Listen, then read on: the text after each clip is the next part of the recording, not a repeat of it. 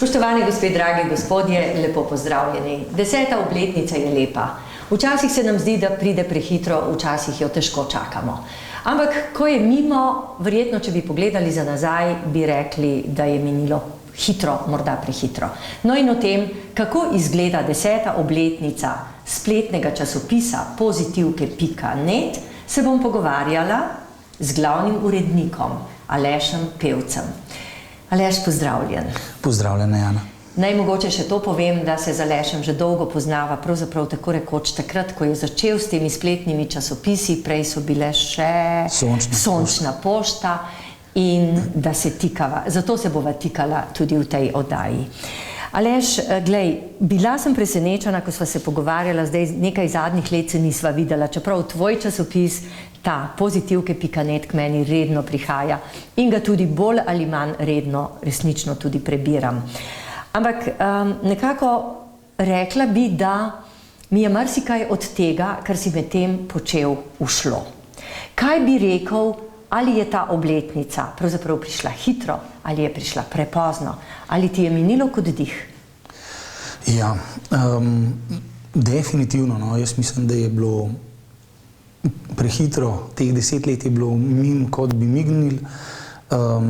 Še včeraj dejansko se spomnim, kako smo postavljali te prve začetke, kako so se prvi bralci prijavljali, med njimi si bila tudi ti, ne? In danes že 10 let od teh prvih začetkov, ne?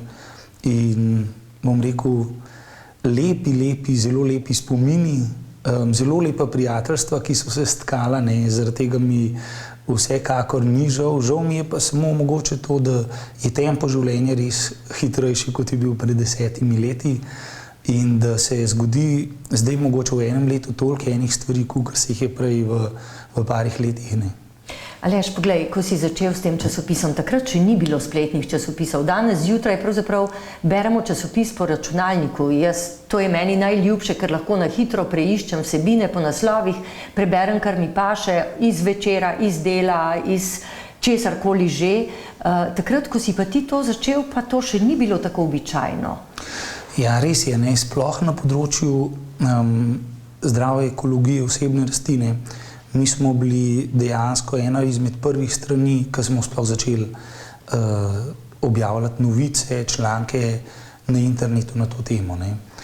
In k temu smo dodali še dogodke in s časoma je tega ratalo vedno več, ne, in pol smo rekli, nič, da je pa časopis, ne, ena oblika časopisa, ki prej je bila ta Sončna pošta, ki je nastala v bistvu z enega zelo zanimivega momenta, ko sem jaz doma ugotovil, da sem zamudil eno zelo zanimivo predanje in me je neskončno jezilo, ne. In predanja so se takrat pa delavnice objavljale v knjižnici, ne, in ko si prišel po kakšne zanimive knjige, si vedno pogledal še, kaj se kaj dogaja, ne. Danes ne gre praktično noben več v knjižnico gledati, kateri dogodki se bojo v njegovem mestu zgodili, ne? Ampak je nam internet to prinesel v naše domove. No, in mi smo bili eni izmed teh, rekel, pionirjev, ne, na tem področju in smo davnega leta, bom rekel, tam okrog 2000, ne, začeli dejansko, že mogoče kakšno leto prej, ne, s to Sončno pošto, ne, pozitivke so pa pol s časoma, ne, se malo medile, malo oplemenitile, ne, in so 2002 smo pa jih zaštartali, ne. Poglej, Aleš, če bi ti danes postavil nekdo, recimo možnost, da bi delal dobro plačan politični časopis ali pa kakšen gospodarski časopis, ali pa recimo še vedno te na nek način zapostavljene vsebine, osebnostna rast, ekologija, zdravje in podobno. Mogoče zdravje malo manj, ampak osebnostna rast pa ekologija, to pa vendarle je precej omejeno. Ali bi še vedno izbral isto? Ja, jaz sem se pred 10 leti nekega jutra, ko sem šel v, bom rekel, solidno plačano službo iz Kratelne, ker sem tudi študiral elektrotehniko najprej, odločil, ne, da enostavno ne ostanem več z veseljem, da bi šel v službo, ne. In v tistem trenutku sem rekel, da verjetno, ne, nekako bomo že dobili zadosti sredstev za to, da preživimo. V bistvu smo tudi sorazmerno skromni. No. In smo se v tistem dnevu sem šel do šefice in ji povedal, ne, da enostavno ne morem več hoditi v službo, zaradi tega, ker ne delam tega, kar me zares veseli. Ne. In nič me ni moglo prepričati, ne to, da je solidno možnost za napredovanje, stalna služba in tako naprej, kar me je čakala, ampak sem rekel, nič, gremo delati pozitivke. Ne. Aleš, a lahko rečeva, da si morda dojel neke vrste svoje poslanstvo, poklicanost? Ja, mislim, moje poslanstvo, ne, to je en področje, s katerim se jaz profesionalno, bom rekel, ukvarjam, z odkrivanjem potencialov, pa odkrivanjem poslanstva. In ta poslanstvo je nekako zorelo. Ne. Sem pa definitivno dobil en klic, da je to čas, da grem ustvarjati določene stvari. Ne. In pozitivke so bile ene izmed tistih stvari, ki so me zares zanimale, ne, in so me zares potegnile in to toliko močno, ne, da sem dejansko rekel, da ni nič drugega, kar bi v tistem trenutku rajš delal kot pozitivke in to je še danes ostalo isto. Praktično, no, vsak dan se ukvarjamo s pozitivkami, kljub temu, no, da so, bom rekel, res že utečene in tako naprej, ampak redno delamo na njih, nas zelo veselijo in tudi odzivi bralcev zdaj po 10 letih so bili tako kot prvič, ko smo jih dali ven, tudi tukaj vsi so bili zelo veseli, navdušeni in nam želijo še zelo veliko uspehov. Ne. Kako si pa zajadral na elektrotehniko? Namreč zdaj se mi zdi, da vendarle je to poklic, ki zagotovo ne sodi, ti ne pritiče, mogoče je to pravi izraz. Ja, ne, ja, moje, bom rekel, otroštvo, ne, je bilo v eni točki, sem se začel zanimati za te, takrat smo to še imenovali nadnaravne stvari, ne, ali pa paranormalne in tako naprej. Ne. In malo so me te stvari začele zanimati, pa sem takrat pol naletel na, bom rekel, nekje proti koncu osnovne šole, ne, na par izrazov, kot je aura in tako naprej, ne, te neke druge energije, ki obstajajo. No. In takrat sem rekel, to v bistvu pa mene je ena stvar, ki bi jaz res rad vedel. Ne. In po drugi strani je bil tudi oče moj, je bil elektrotehnik, ne, in je mi določene stvari v vezi s tem znal razložiti, ne, kako kakšne stvari delujejo in sem rekel, to dvoje mene ful zanima. Ne. In upam, da bo v mojih časih nekaj več o teh druge vrste energijah tudi v šoli. Ne. Žal bom rekel, tega ni. Še danes ni. Ne, še danes ni, verjetno. Ne. No, pol sem pa, v srednji šoli sem se pa, bom rekel, spoznal z Nikolo Teslo, ne, in z njegovimi sodobniki in me je na faksu zanimala ta smer Nikole Tesle, se pravi močnostna elektrotehnika. Ne. In sem mislil, da bomo pa od Nikole Tesle, ne, zdaj mi tukaj neke nove pristope, ne, nove energije, ne, to, kar je on raziskoval, v bistvu nadaljevali, ne, tam, kjer je on ostal. Ampak nažalost ne, tudi na fakulteti tega potem ni bilo. No. Tako da mi je dala pa vsekakor fakulteta, bom rekel, ena znanja, ne, da sem se sam lahko potem soočil in raziskoval te stvari. Ne. In moram reči, da je zelo dobrodošlo bilo, no, da sem jaz študiral elektrotehniko, ker smo imeli zelo veliko fizike, in zelo veliko tega matematičnega znanja od zadaj, ne, in zdaj, ko berem določene znanstvene stvari, razprave na to temo, mi zelo veliko pomaga. Ne. Ker drugače razumeš, ne? Ja. V bistvu je to predznanje, ki je tudi pomembno. Ja, bom rekel, nekaj bolj realno osnovo imam. No. Je pa še en zanimiv detajl, ne, iz tega vsega skupaj. Ne. Jaz sem začel kot študent, sem začel pomagati v Iskratelu, ne. In Iskratel je bila eno podjetje, ki je imelo med prvimi v Sloveniji tako hitro internetno povezavo. Ne. In v bistvu sem jaz v Iskratelu postavil svojo prvo internetno stran, ne, in to na temo duhovnosti, ne, psihologije. Ne, in je bila tretja internetna stran med tistimi, ki sem jih poznal, ne, se takrat pač smo skoraj vsi en drugega poznali. Ne. In tako se je v bistvu začelo, v Iskratelu se je v bistvu začelo. Ne. On je tam čeprav potem nisem nadaljeval, ne, ampak se je tam začelo vse skupaj izgraditi. Ja, poglej, ne, pravzaprav z neko idejo, nekim občutkom, praviš, da si disleksičen in da ti desna možganska polovica močneje deluje. To je pravzaprav, če lahko rečeva, to je intuitivna stran. Stran, ki ima mnogo idej, in ko tule gledam tvoj življenjepis, Aleš, če bi midva hotela o vsem tem govoriti, mislim, da bi rabila vsaj kar cel dan ali pa enih 5-6 takih le oddaj. Skratka, toliko je že bilo idej, glede na to, da si relativno še mlad. In me zanima, kako pravzaprav to svojo intuicijo oziroma intuitivnost, ali imaš to neke vrste, ne vem, občutek, ali to morda vidiš določene stvari, po katerem kanalu pravzaprav se pogovarjaš s to svojo intuicijo? Vekani, to je pa od majhnega, bom rekel, jaz sem že kot majhen, sem videl določene stvari, ki jih drugi niso videli, ne, pa ne govorim zdaj samo o disleksiji, ne, ker zdaj recimo kakšno stvar drugače preberem kot jo drugi, ne, ampak dejansko sem marsikakšno zadevo v naravi videl drugače, kot je bila pa, kot jo pa recimo moja mama videla, ne, sem se spomnim enega dogodka, ko sem bil majhen, ko so šla z mami nabirati bezek, ne, in sem ji natančno razlagal, zakaj določen cvet lahko utrga, določenega pa ne sme, ne, ker so te energije, recimo, in tako naprej. In isto z kamni, in isto s takimi stvarmi.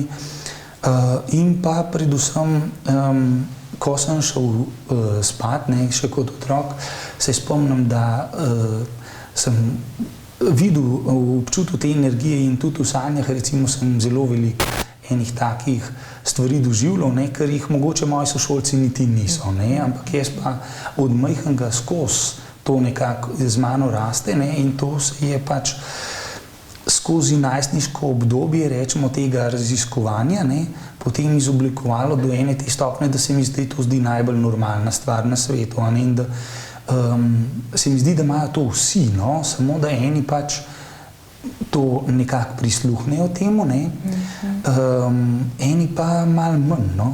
Odvisno, koliko si vpet v fizični svet, ne, koliko dejansko dopuščaš še neke vzporedne svetove, v katerih so tudi živa bitja, ki jim lahko rečemo energije pravzaprav, ampak energije v gibanju, torej žive energije. No, pa da ne bova zašla. Pogovor je o tebi, Aleš. Kdo si, Aleš Pevc? Zanimivo vprašanje, ne. Ja, definicija moja bi bila v enem stavku, ne, snovalec odprtih sistemov za boljši svet, ne. To je zdaj večini ljudi to ne pomeni veliko, ne, jaz pa po raziskovanju tega mojega poslanstva, ne, po resnem delu, resnem študiju, ne, jaz recimo temu vprašanju sem posvetil večino svojih študentskih let, ne, mi je nekako najbolj prišel, blizu mi je snovanje, ne, in to pomeni, jaz v vsakem trenutku ne razmišljam o tem, kako bi kakšno stvar zasnoval drugače, boljš, na drug način, ne, jaz tudi, ko se s prijatelji pogovarjam, pa mi kakšno stvar razlagajo, iz tega vidika pristopam k reševanju vseh težav, ne, in zato je ta snovanje, bom rekel, neka moja pot od majhnega tudi, ne, zato tudi mogoče izbira te šole, poleg tega, kar sem govoril, ne, pač tehnična vaja, ne, in odprtih sistemov za boljši svet je pa zaradi tega, ker je to edina stvar, ki me res vleče, ne, se pravi, neki sistemi, ki so, bom rekel, šele z dobo interneta, ne, dobili pri meni ta pravo definicijo pa težo, ne, ker prej me je samo zanimalo, da bi vsi skupaj nekaj boljšega naredili, ne. S dobo interneta je pa prišel ta Linux sistem, ne, kjer vsi računalničarji na svetu, ne, gradijo skupaj boljši operacijski sistem, ne.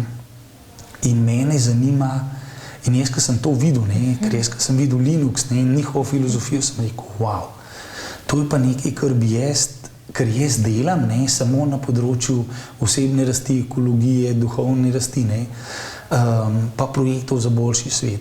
To mene, takrat sem pol doživel to, da je to okolje, v katerem sem doma. Tako, ker recimo, mene lahko primerjaš recimo z nekim arhitektom, samo da on se ukvarja z gradnjo stavb, jaz se pa ukvarjam z gradnjo projektov, takih, ki jih gradi cela skupnost, in imamo vsi skupaj nekaj od tega. To je v bistvu stvar, ki me zanima. Pravzaprav zelo zanimivo, nek svoj interes, ki pa vendarle prerašča v neke vrste altruizem, da je pravzaprav to delo za druge oziroma delo za skupnost. Pravzaprav tisto, kar bi si danes najbolj želeli v teh težkih časih, in prav vesela sem, da govoriva ravno o tem, mogoče marsikomu v veselje ali pa v upanje, v spodbudo, da vendarle se to da, da smo taki posamezniki, ki želimo izboljšati ne samo zase, ampak okolje tudi za druge. Glej, Aleš, mogoče izvoli. Če lahko to rečem, moje izkušnje so, da je takih posameznikov ogromno. Jaz res, moji projekti, nekih 40-50, v katerih sem dejavno sodeloval, oziroma večkrat sem bil tudi pobudnik, potrjuje to, da je ogromno ljudi takih, ki si želi delovati, v projektih za boljši svet, oziroma jih sami razvijajo. Je pa res, da je ta prvi korak, povedati, da boš naredil nekaj za boljši svet v današnjem času, kar malo zahtevana. Sploh pri starših, če se odločiš, da bo to tvoja pot v življenju, ker starši imajo neke predstave, da njihov otrok bo pa ali inženir, ali zdravnik, ali pač nekaj takega, kar... Ali pa vsaj nekdo z dobro službo. Tako, No in pol, ko se podaš na popolnoma neznano področje, je to kar en tak proces, ampak, tako kot sem rekel, zelo veliko ljudi se v te vode podaja, in vsakič znova sem navdušen, ko se spomnimo neko stvar, ki jo bomo naredili, koliko ljudi se nam pridruži. In dejansko res z popolnim altruizmom, z nobenimi pričakovanji, da bi oni karkoli od tega dobili, ker na teh projektih načeloma ni nekih bajnih zaslužkov, že če dobimo to, da si stroške pokrijemo, je že kar veselje, ampak pridejo res z enim tem navdušenjem, da jaz bi pa tudi nekaj pomagal, in me ustavijo včasih, Aleš, a delate res, ti delaš tukaj zraven, a lahko še jaz pomagam to, in to je fantastično. Aleš, iz kakšnega okolja izhajaš? Mislim, kje si se rodil, kje si odraščal? Predvsem me pa zanima, kakšne si imel starše, pravzaprav ali so tebe tako malo drugačnega, ki je videl energije in potem mami rekel, ta bezgov cvet, recimo smeš utrgati, tega pa ne. Ali je, kakšno, skratka, je bilo to tvoje okolje? Ja, starše, verjetno ima vsak zanimive starše, če tako pol z neke razdalje pogledaš, kaj so ti dali, in si verjetno lahko v vseh situacijah pač zadovoljen, glede na to, da jaz verjamem, da smo mi že iz predrojstva nekako povezani, in da se vsak sam odloči, kjeri staršem bo šel.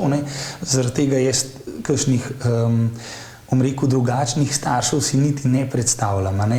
Res pa je, da je moja družina pri mojih 3-4 letih razpadla, oče pa mama sta se ločila.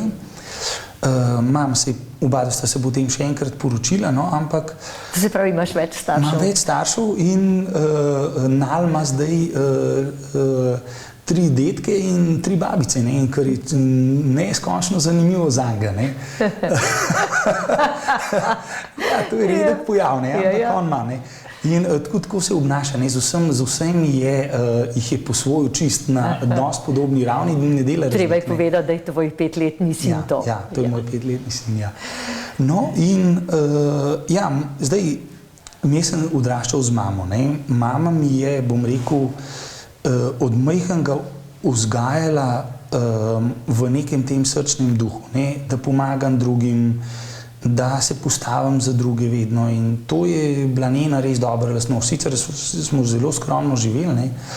Ampak imela je pa to srčne kvalitete, ima še vedno, no? Zelo, zelo razvite, ne? In tudi, kadar smo v šoli, večinoma smo bili moški, mislim v fantovskih razredih in so pač pri fantih določeni problemi, ne, in se je vedno postavila za nas fante, ne, tako da je bila tudi legendarno sprejeta med mojimi sošolci. Krasna mama. Oče, ne, na drugi strani je bil pa, bom rekel, bolj realističen, ne. On je bil pa, potem je študiral ekonomijo, ne, in je bil v neki, bom rekel, vodstveni funkciji v enem večjem slovenskem podjetju in je gledal dosti realno na svet, ne, in tukaj sva imela potem dostikrat, ne, te razprave, ne, kako dejansko je, ne, in moram pa reči, ne, da kljub temu njegovemu realnem pogledu je potem zaradi mojega vztrajanja preučil večino teh knjig, ki sem mu jih priporočal, ne. Zanimivo. Spravljaš očeta na pravo pot? Ja, ne vem. On tudi isto misli zame, ne. Vsaj v tistih letih je tako mislil, ne. Ampak je rekel, te moram poznati, ne, če se hočem recimo z tabo o teh stvarih pogovarjati in imeti tehtne argumente, ne. Zelo pošteno, ne. Zelo pošteno, ne. In jaz tudi mislim, ne, da je določene stvari so bile seveda od očeta zelo upravičeno rečene, ne. Ker kot mlad nimaš nekih ustreznih izkušenj, da bi si pogledal, ne. In potem nek trezen pogled očetovski je vedno dobrodošel, ne. Oče se mi zdi, da je tista vloga, ko mora vsake toliko cajta udariti po mizi in reči, fantje, ne, zdaj pa malo je treba vse umiriti, malo je treba delati tako, kot se zagre, ne, in ne samo nekaj filozofirati in tako naprej, ne. Ampak, no, sej, mislim, da je oče to vlogo v pravem času upravil, ne, ker mislim, da je ta njegova vloga do določenega obdobja pomembna, ne. Potem je pa prav, ne, tako, kot je tudi skozi, bom rekel, moje odraščanje se to pokazalo, ne, da sta me oba dva starša nekako pol spodbujala v moji smeri, ne. Čeprav je bilo na začetku, predvsem za mamo, ne, zelo težko, da sem pustil službo, ne. To je bilo... Mame želimo imeti svoje otroke na varnem, ne. Verjetno, ne, nekaj si predstavljam, tako kot sem zdaj starš, dosti podobno, ne. Ampak zdaj mi spodbujate, no, zdaj nekako po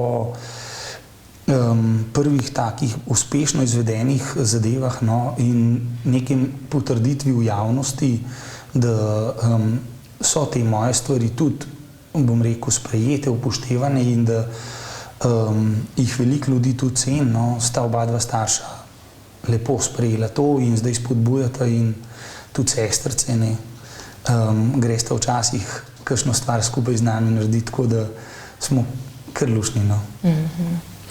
No, in zdaj imaš svojo družino, fantička starega 5 let, to sva že povedala. Recimo ti dejansko ta vloga očeta, tvojega očeta, lahko pri odraščanju tvojega sina kaj pomaga. Se ti zdi, da je dobro, da imaš sina, da bi bil morda, če bi imel hčerko, morda jo boš še imel, kaj bolj izgubljen ali kaj podobnega? Definitivno, ne. Jaz mislim, če bi imel hčerko, bi bilo povsem drugače, ne. Povsem drugače bi bilo, ker meni je oba dva bi mi bila zelo ljuba, ne. Ampak bom rekel, zdaj, Nal je prišel, no, hčerkice enkrat ali pa žal nimam, ampak mislim, da bo ostala pri Nalu. Kot oče sem zelo vesel in ponosen in to, kar bom rekel, sem jaz mogoče malo pogrešal, ker ni bil moj oče z nama, ne. Mislim, da zdaj Nal dobiva z dvojno mero. Z dvojno dozo, ja. Saj ne vem, kako bo to, ali mu bo še tako všeč čez nekaj časa, kakor mu je zdaj, ne. Ampak zdaj je ta igranje, ne, z njemu je, mislim, da je za oba dva zelo, zelo sproščujoče in dobro in mislim, da nekako sem oče, no, bom rekel, v ta pravem pomenu, čeprav nisem tipičen strok oče, ne, moje metode so malo bolj mehke, ne. Jaz mu rečem, če se kdaj ne strinjava, ne, pa da mora očetova obveljati. No, kako pa to narediš, da slišimo? Ker nekaj časa sem imela kar težave, ne, v tem, da če sem jaz hotel, ker se strašno težko se sam napravi, ne, in potem včasih malo zamujal v vrtec, no. In če mora očetova obveljati, ne, potem nekaj časa so se prepirala, pa poslušala en drugega, ne, ker Nali je tudi zelo samostojen že v tem razmišljanju, ne, in reče, da moramo tudi mi njega poslušati, ne, da ne samo obratno. Ne, aj bral pozitivke.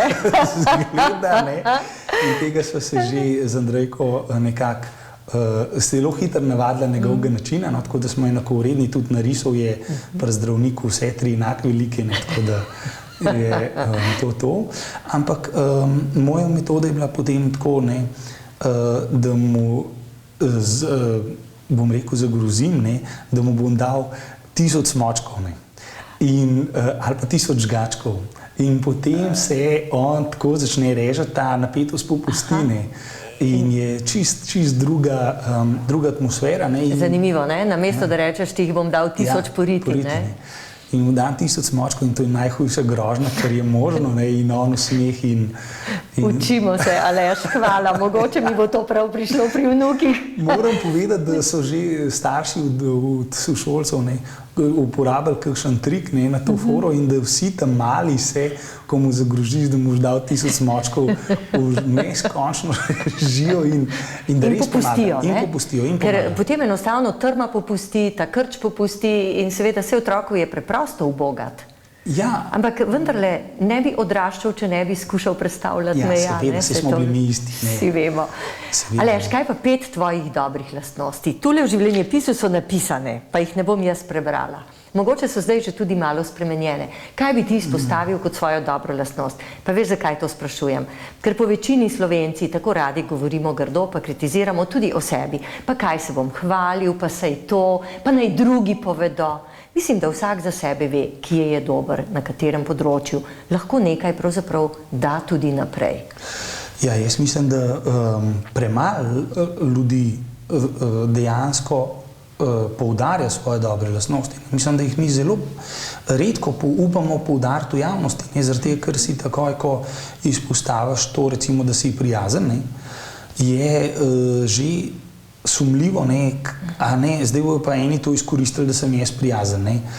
In recimo, ali pa to, da rečeš, da si dober, je dosti podobna stvar, ne. Drugače pa moje lastnosti so siguren to, da pomagam drugim, ne. To se mi zdi ena izmed ključnih, da jih poslušam, da se res trudim za to, da delamo dobre stvari, ne. Prijaznost, to so stvari pa, recimo, a bo vrednote obdelala kasneje, to...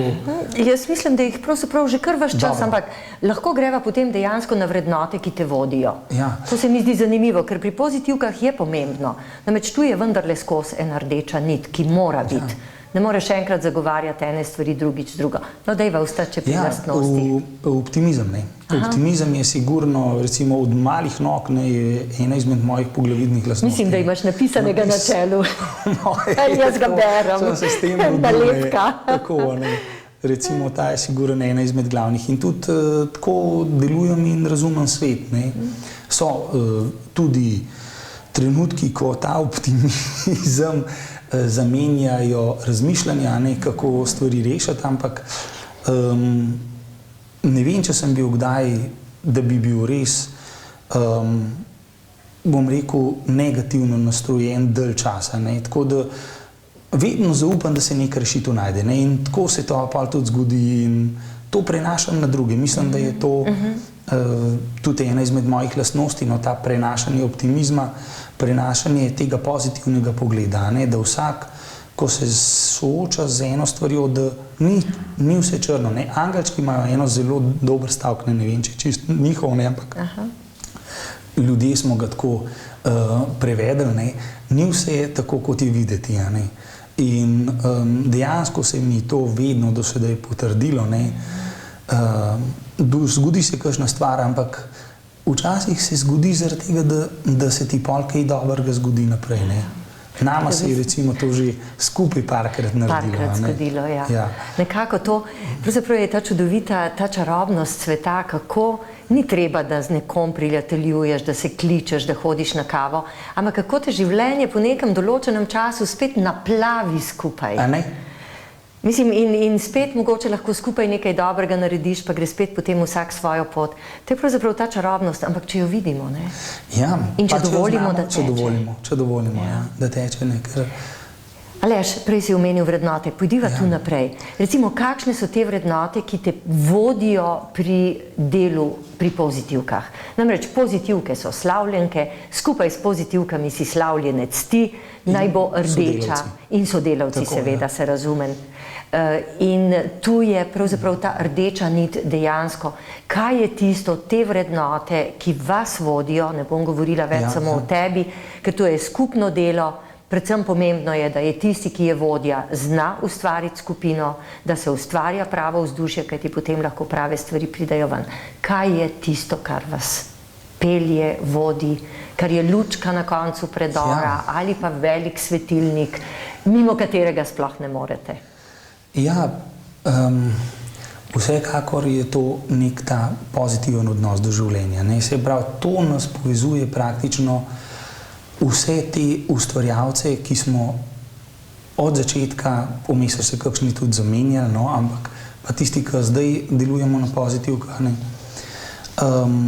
vse nas ta pozitiven, iskanje dobrega, iskanje pozitivnih stvari v življenju nas nekako najbolj motivira. Potem pa ena izmed močnih teh vrednot, ki nas stalno spremlja na pozitivkah, je to neka poštenje. To je, večkrat smo bili na dilemi, a bi objavili mogoče nekaj na pol, zaradi tega, ker je zanimivo, ali ne bi, ali bi naredili nekaj zaradi tega, da nam bo nekaj denarja prinesel, ali ne bi. Vedno se odločamo po nekem tem kriteriju, kako bi mi sprejeli, če bi bili mi bralci. Nikoli ne delamo zaradi sebe. Mislim, da smo pošteni do pozitivk in sebe, in ta vrednota je sigurno ena na najvišjem mestu, poleg pozitivizma. Potem so pa še, bom rekel, druge take vrednote, ki nas vlečejo, ampak to pa bolj na osebni ravni, bom rekel, in na ravni tega, da bi tudi bralci čim več tega dobili, ker seveda težko ločeš, tako kot verjetno ti, med tipom oddaje in pa med tem, kdor si ti.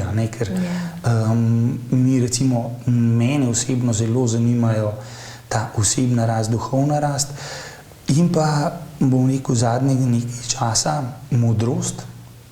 Modrost je ena izmed stvari, ki mi zelo vleče. Bom rekel,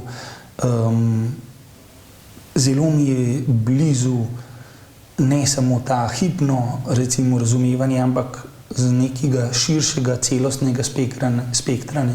In mislim, da je to tudi na pozitivkah se odraža, zaradi tega, ker pokrivamo pa res ogromno ene tematike in pa ta odprtost, o kateri so že na začetku govorila, da ustvarjamo nek odprt prostor, v katerem se lahko vsi najdejo, dajo neke svoje stvari naprej in sodelujejo. Aleš, mislim, da nisva povedala 5 lastnosti, ampak jaz bi jih slišala še kakšno dobro. Ker sva potem nekako prešla na vrednote. Reciva še 2, še 2. Da ne bova štela, ker ne vem točno, koliko jih je bilo. Ne vem, recimo, vse veselje je že dosti podobno, recimo, pa prijateljstvo. Prijateljstvo, recimo, se mi zdi še ena izmed teh stvari, na kateri pa v bistvu temelji sploh naše delovanje. Mi ne delujemo pri nobenem od projektov, pri katerih delam, oziroma delamo kar pozitivci, smo kar tako ena familija, taka malo večja, in delamo na različnih projektih. ampak predvsem delamo samo s prijatelji. Z vsemi, s katerimi delamo, smo prijatelji. In to je v bistvu, oziroma pristopimo tako, kot da smo prijatelji, enakovredni, ne glede na to, kaj kdo zna, kaj kdo doprinese, je prijateljstvo nek temelj, pa osnova, iz katerega izhajamo. Hvala, zelo lepo. Ja. Lahko se učimo, Aleš. Ta oddaja je zelo, zelo poučna. Namreč pozitivke resnično po 10 letih na to svojo rdečo nit, ki jo imajo, lahko ste ponosni vsi skupaj in mislim, da so lahko za zgled. Hvala. Namreč tudi bralstvo narašča, ni vsak dan manj, ni škandalov okrog vas, ničesar takega, kar pravzaprav se nekako drži drugih medijev, malo bolj, malo manj, občasno, bolj stalno. Pri vas pravzaprav je ena taka dobra, utečena stvar, kot neka dobra voda, ki teče od izvirčka, pa je zdaj že recimo kar široka reka. In kam se bo izlila, pa še ne vemo. Še ne vemo, ne. Ja, bralci nas imajo radi, sicer vedno je ta nihanje enkrat malo več, enkrat malo manj, ne, ampak načeloma smo res presenečeni, ne, ker mi smo od nekih skromnih začetkov, ne, z nekimi 100 ljudmi na mailing listi prišli do 75,000 bralcev na mesečni ravni. To je pa res, mislim, ena stvar, na katero smo res lahko ponosni. Lahko, res lahko. Glede na ostale medije, če gledamo recimo Naklado, dobro, bralcev je nekoliko več, kot je Naklade, ker v družini ne berem sam, ampak kljub temu. Ali je še tista zadnja zadeva, ki je obvezna v tej oddaji? Če si pripravljen povedati kakšno svojo izkušnjo, zaradi katere si ali postal bolj moder, zdaj govoriva o modrosti, ki jo iščeš in ji slediš, ali pa ti je življenje obrnilo v drugo smer? Ja, pozitivke so sigurno eden izmed teh dogodkov, ne. Ker meni je do tistega usodnega dne, ne, ko smo rekli, ok, gremo v to, ne, smo bili na eni točki sicer zelo aktivni, ampak nismo pa dejansko v celoti delali samo teh stvari, ne. Druga izkušnja, ne, ki me je pa dejansko zelo zasnovala, je bilo pa 2 leti nazaj, ki me je predstavila na drug nivo, na višji nivo v mojih aktivnostih ali pa v naših aktivnostih, ne, je bila pa ta znana akcija Očistimo Slovenijo, ne, kjer sem bil eden izmed pobudnikov, no, in smo skupaj z 1500 prostovoljci res naredili en zelo, zelo velik, lep in pa koristen projekt, ne. Zelo naporna izkušnja, kdor je od odzunaj spremljal, se tega ne zaveda, ampak skupaj s fanti in puncami smo delali od 16 do 20 ur, praktično 9 mesecev, ne. In ogromne stiske, ogromno pritiski, zelo zahtevna, logistično zahtevna akcija, ampak vsa čast ekipi, no, in vsem, ki so nam pomagali, no, da smo akcijo speljali. So pa ostale izredno lepe izkušnje v smislu znanja, prijateljstev in pa nekega, bom rekel, upanja pa poguma, ne, da smo se lotili zdaj še bolj drznih stvari, ne. Mogoče to, da gremo na širšo evropsko raven. To so zdaj, bom rekel, še zametki, ampak jaz upam, da počasi delujemo v tej smeri, no. In ta dva projekta, recimo, no, sta nekako najbolj vplivala na moje delovanje, na delo vseh skupin, s katerimi smo. Pozitivke so pa, tako kot sem rekel, no, eden izmed generatorjev dobrih stvari v Sloveniji in mislim, da so vplivali na marsikoga. Vsekakor pa na vso ekipo, s katero smo jih ustvarjali. In tudi po odzivih bralcev, na zelo veliko bralcev v pozitivnem smislu. Aleš, kakšen imaš pa hobi? Kaj počneš, kadar imaš kaj časa, ko ne delaš tole projektov, ki je tu za cele skoraj 4 strani? Kaj počneš? S čim se rad ukvarjaš takrat, kadar imaš 5 minut zase? Ali pa recimo, ko gre Nal spat? Najraje berem, ne. Najraje berem in berem veliko. in zelo različne knjige. Zdaj, to mi je ena stvar, ki me res izpopolnjuje, ne. In ne znam si predstavljati recimo mojega življenja brez knjig, ne. To je ena stvar, ki jo tudi vsem ostalim rad priporočam, ne. Toliko sem zaljubljen v knjigi, da imamo neko svojo duhovno knjigarno, ne. In bom rekel, to je ena stvar, ki jo res rad delim z drugimi, ne. Lahko tudi podelim, katere knjige so mi, bom rekel, najbolj blizu, ne. Ena izmed meni najbolj ljubkih knjig je sigurno Zavedanje od Antonija Demela, ne. Ta je temeljno branje v duhovne pa osebne rasti. V tem rangu je tudi Pogovori z Bogom, ne, Neil Donald Walsh. Zelo lepa trilogija. Potem pa zbirka Jaz sem, ne, ki jo je prevedel Tomaž Pritekelj, ne. Mojstrstvo Saint-Germainov in ostalih teh duhovnih mojstrov, za tiste, ki jih zanima res modrost, disciplina, ta globoko duhovno znanje, ne, je zelo težka literatura, samo za tiste, ki jih to zanima, mislim, da je kar obvezno. In pa, bom rekel, vse te poslovno, osebno rast, vse te uspešnice, ki so, bom rekel, zdaj v zadnjem času, ne, v glavnem zelo veliko. No. Pravzaprav je svet poplavljen s to literaturo, ne? Vidi se, kako zelo veliko ljudi razmišlja o tem, piše in predvsem seveda, kako veliko ljudi to bere. Sicer ne bi te knjige bile uspešnice in to so svetovne uspešnice, to gre vse dejansko v milijone. Ali bi lahko rekel, da doprinašaš oziroma pozitivke doprinašate k tej rasti, namreč če govorimo o neki kritični masi, ki bo ta svet potegnila iz te teme, v kateri smo v tem trenutku? Ja, pozitivke vsekakor doprinašajo k rasti, ne, predvsem na osebnem nivoju, ne. Tukaj je zelo veliko povratnih informacij, ne, da so s pomočjo pozitivk naredili ljudje zelo velike korake naprej, ne, tudi mogoče kot nek impuls in potem kot samo raziskovanje, ne, in pa vsekakor skozi mnoge projekte, ne, smo na pozitivkah dali pobude oziroma začeli z njimi z veliko stvarmi, ki so, bom rekel, do določene mere pripomogle, ne, da je bil svet lepši. Ne.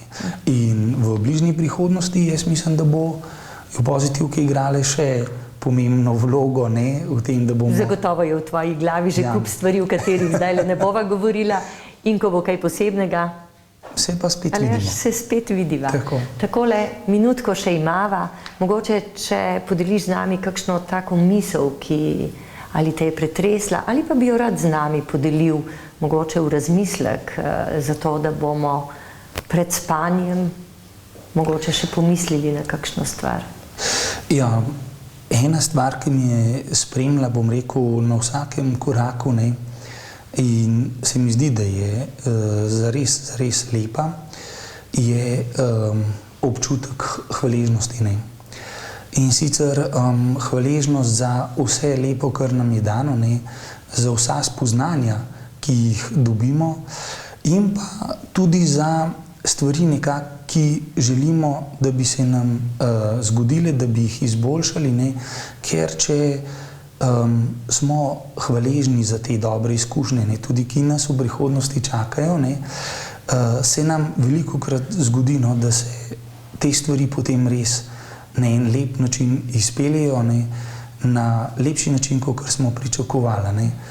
In zato je hvaležnost ena izmed teh stvari, no, ki se bi jo rad izpostavil in delil z vsemi gledalci, ki nas zdaj spremljajo.